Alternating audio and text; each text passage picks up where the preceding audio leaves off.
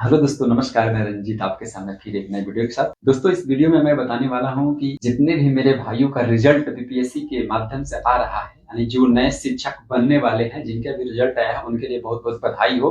क्योंकि रिजल्ट आना शुरू हो गया है और जिनका भी रिजल्ट आएगा मैं पहले से उन्हें बधाई दे देता हूं ताकि उनका जीवन अब मंगलमय हो। लेकिन उनके लिए बहुत सारे मैं एक चीज इस वीडियो में बताने वाला हूँ कि उनको एक हिदायत भी दे रहा हूँ कि वो कुछ मुख्य गलतियां न करें, न तो उनको बहुत बड़ी परेशानी हो सकती है। जिनका रिजल्ट नहीं आएगा, मैं उन दोस्तों को यही कह सकता हूं कि आप अगले यानी टीआरई 3.0 के लिए आप फिर से प्रिपेयर होने की कोशिश कीजिएगा और तैयारी में लग जाइएगा कि ताकि आपको अगला मौका में आप भी सिलेक्शन हो जाए, क्योंकि आपकी तैयारी पूरी हो चुकी है। थोड़ी सी मिस्टेक कारण आप पीछे रह जा रहे हैं। तो इस वीडियो में मैं बात करता हूं कि जिनका भी रिजल्ट आएगा वो क्या करें और क्या ना करें, अगर क्या उनके पास समस्या आ सकती है जिसके लिए वो तैयार रहे। तो चलिए वीडियो को शुरू करें।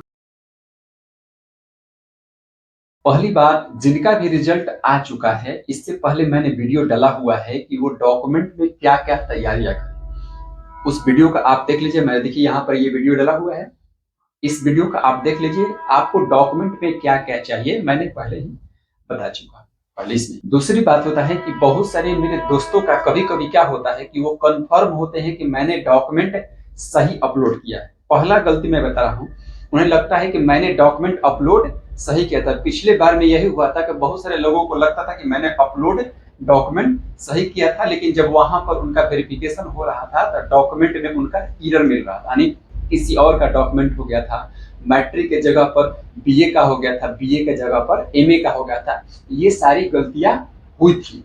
तो इन गलतियों का निदान होना चाहिए। इस बार क्या है, बीपीएससी आयोग ने सख्त लहजे में, अतुल प्रसाद का जो 2 दिन पहले आपको आया ही था कि किस प्रकार से उन्होंने सख्त लहजे में कहा था कि मैं कोई इसमें छूट देने वाला हूं और ना कोई इसमें डॉक्यूमेंट परिवर्तन का मौका देने वाला हूं। तो उन दोस्तों को मैं बताना चाहूंगा कि अगर बाय द वे इनकेस आपको लगता है कि अगर अपलोड करते हैं आप, और अपलोड करने के दौरान जो वाटरमार्क का अपलोड करना है, अपलोड करने के दौरान अगर आपके डॉक्यूमेंट पे ऐसा महसूस होता है कि नहीं इसके जगह पर ये होना चाहिए या कुछ भी गलती हो चुकी है, तो उसमें सबसे बड़ी आपको तैयारी करना चाहिए कि सबसे पहले जाइए और फर्स्ट क्लास मजिस्ट्रेट से आप कोर्ट से एफिडेविट बनवा लीजिए। उसमें लिखित तौर पर कोर्ट से एफिडेविट बनवा लीजिएगा। उसमें जो मिस्टेक हो गया है कि मानवीय भूल बस हो गया है और मैं सही कैंडिडेट हूं, मेरा ये डॉक्यूमेंट सही है, गलत अपलोड हो गया है, ऐसा आप उसमें जो भी बातें हैं वह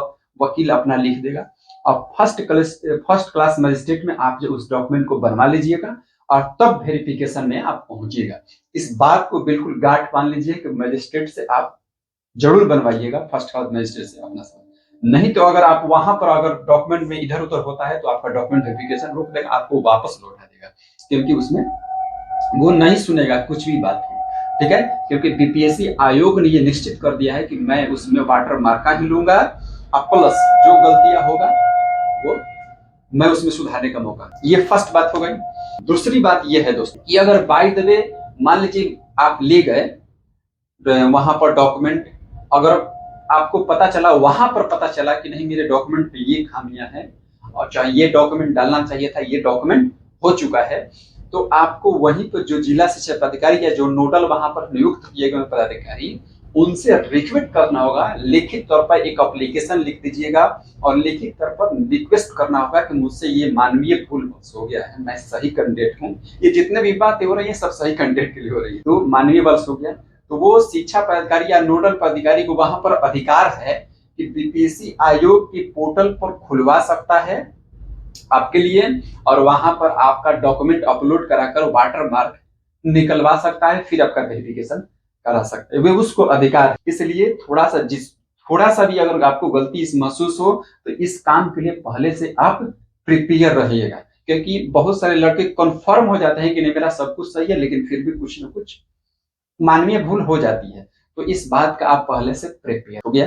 तीसरी बात ध्यान रखिएगा कि आप जो है आधार से लिंक वाला ही मोबाइल नंबर ले, क्योंकि आधार से लिंक वाला मोबाइल नंबर आप नहीं ले जाते हैं तो ओटीपी नहीं आपका नहीं हो। ये तीसरी बात है। चौथी बात है कि जो डॉक्यूमेंट अगर किसी का नाम में थोड़ा सा भी मिस्टेक हो या एक स्पेलिंग का एरर हो तो उस बात के लिए अगर मान लीजिए आपका मैट्रिक में सर्टिफिकेट में कुछ नाम है और एक स्पेलिंग छूट जाता है या स्पेस छूट जाता है, तो वैसे कैंडिडेट भी पहले से ही फर्स्ट क्लास मजिस्ट्रेट से एफिडेविट बनवा लेंगे। डॉक्यूमेंट वेरिफिकेशन में जाने से पहले फर्स्ट क्लास का मजिस्ट्रेट का जो होता है एफिडेविट बनवा लेंगे। ये जरूरी बात है।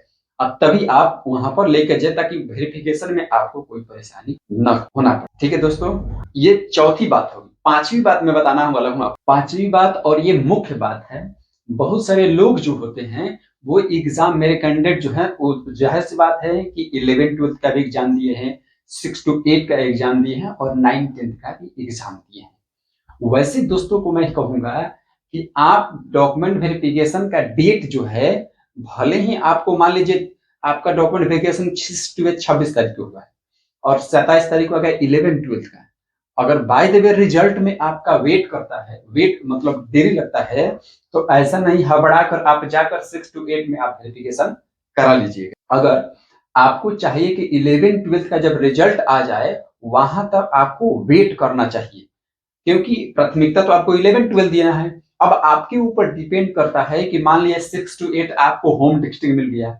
9 to 8 आपको कहीं और डिस्ट्रिक्ट मिल गया। अब आपके ऊपर चॉइस है कि आप वहां पर जाकर 9 to 8 करना चाहते हैं कि 6 to 8 में अपने होम डिस्ट्रिक्ट करना चाहते हैं, ये आपके ऊपर डिपेंड करता है। लेकिन मेरी 5वीं नंबर का यही सलाह है कि जो सभी कैटेगरियों में अप्लाई किए हैं उन सभी दोस्तों को आपको वेट करना चाहिए कि सारा रिजल्ट आ जाए और आप चॉइस कर ले कि आपको किसमें वेरिफिकेशन कराना है।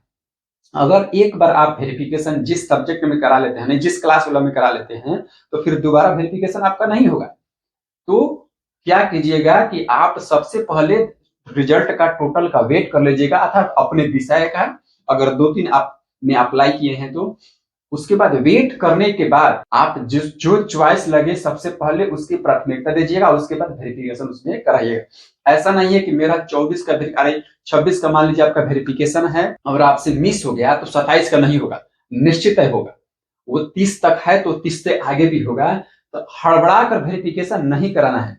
कोई भी कैंडिडेट हो, हड़बड़ा कर वेरिफिकेशन नहीं कराना है। अगर आपका वेरिफिकेशन एक दिन लेट भी होता है तो ऐसा नहीं है कि आपका वेरिफिकेशन नहीं होगा, क्योंकि उसमें लिखा गया है कंटिन्यू, यानी लगातार लिखा गया है, तो लगातार आपका वेरिफिकेशन होगा। शिक्षा विभाग अपने अनुसार ही डेट को आगे पीछे बढ़ा सकती है, तो ये आपके लिए सख्त भी बताया गया है कि आप वेरिफिकेशन में हड़बड़ाए नहीं। ये 5वीं नंबर की सलाह है। इन 5 बातों का आप ध्यान रखिए। आगे अगर आपके लिए जो भी सलाह, जो बातें होंगी, मैं वीडियो में बताता रहूंगा। इसलिए वीडियो को लाइक कीजिए, सब्सक्राइब कीजिए और दोस्तों को शेयर कीजिए ताकि इसे सभी लोग लाभ उठा सके।